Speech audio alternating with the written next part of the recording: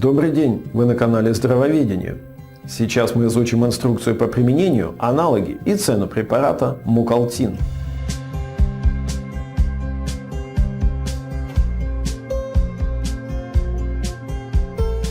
Мукалтин – это эффективное отхаркивающее средство растительного происхождения. Действующее вещество его – это экстракт травы алтея лекарственного.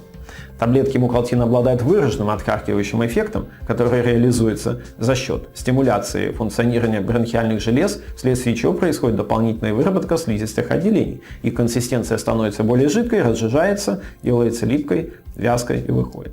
Увеличение активности мерцательного эпителия в результате наблюдается относительно быстрый выход разжиженных патологических слизевых образований из бронхов и дыхательных каналов в процессе кашляния. Мукалтин также обладает умеренными противовоспалительными свойствами, обволакивая слизистую дыхательных путей. Благодаря такой защитной пленке не происходит раздражение слизистой, восстанавливаются поврежденные ткани и проходит воспаление.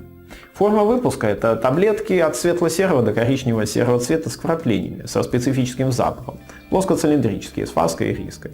Таблетки назначают в составе комплексной терапии острых и хронических заболеваний дыхательных путей, сопровождающихся кашлем с трудноотделяемой мокротой повышенной вязкости, при вот этих вот заболеваниях. Также применение Мукалтина эффективно в состояниях, когда человеку сложно отхаркивать мокроту. Таблетки следует разжевывать до полного их рассасывания. Но не надо глотать целую таблетку. Взрослые принимают Мукалтин по одной таблетке трижды в сутки, через равные промежутки времени. Дети от 12 лет и подростки примерно такая же дозировка. Для детей от 3 до 12 лет дозировка половина таблетки, до 4 раз в сутки. Детям допустимо растворить таблетку в четверти стакана теплой воды.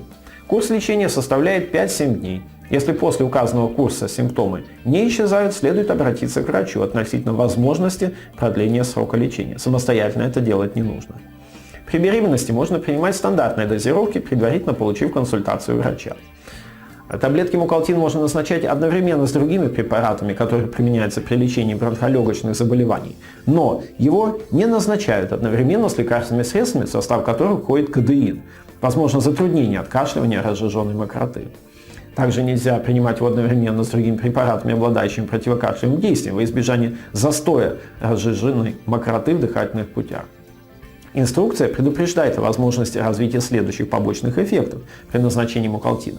Это аллергические реакции, в редких случаях диспепсические явления, в том числе тошнота. И противопоказано назначать таблетки при повышенной чувствительности к алтею лекарственному и компонентам препарата, а также обострении язвенной болезни желудка и двенадцатиперстной кишки. Естественно, при беременности и кормлении грудью применение возможно только после консультации с врачом. При передозировке возникают тошнота, рвота, изжога, диарея, головокружение, повышенная возбудимость, нарушение сна, головная боль, гипервитаминоз витамина С, поражение гломерулярного аппарата почек, кристаллурия, образование уратных и оксалатных конкрементов. Возможно угнетение функции инсулярного аппарата поджелудочной железы, нарушение синтеза гликогена вплоть до появления сахарного диабета, дистрофия миокарда, тромбоцитоз, гиперпротромбинемия, эритроцитопения, нейтрофильный лейкоцитоз, нарушение обмена цинка-меди. Рекомендовано промывание желудка в таких случаях и симптоматическая терапия. При необходимости заменить Мукалтин можно выбрать несколько аналогов по лечебному действию. Эти препараты вы сейчас видите на экране. Выбирая аналоги, важно получить консультацию врача и не производить самостоятельную замену препарата.